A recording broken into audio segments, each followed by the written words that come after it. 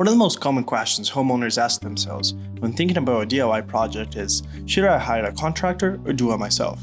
Before any other research, you want to audit the home improvement project in front of you. It will create some additional upfront homework, but it will save you a ton of time in the long run. Here are 4 things to keep in mind.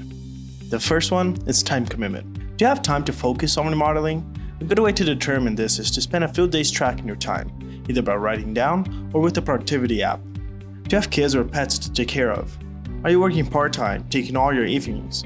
Identify any activities that might take your time and focus away from home modeling.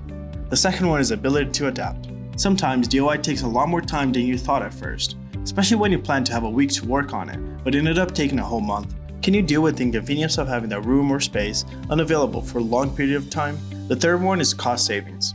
Most professional contractors will offer some kind of quote, either directly on their website or via email or a phone call. You can compare a few options in your area and then consider the potential costs of DIY. Will it be cheaper to buy all the products yourself? Do you already have most of the materials needed at home? That alone can play a major role in which way you want to start your project.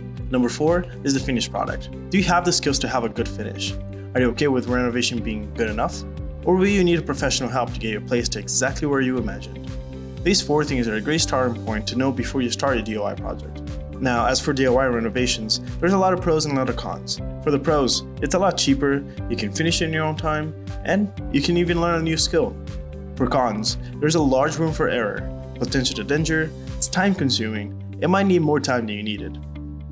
Now, compared to professional renovations, there's also pros and cons. For pros, high quality results, the company will be more likely to be insured, and permits, if you need it, are approved faster.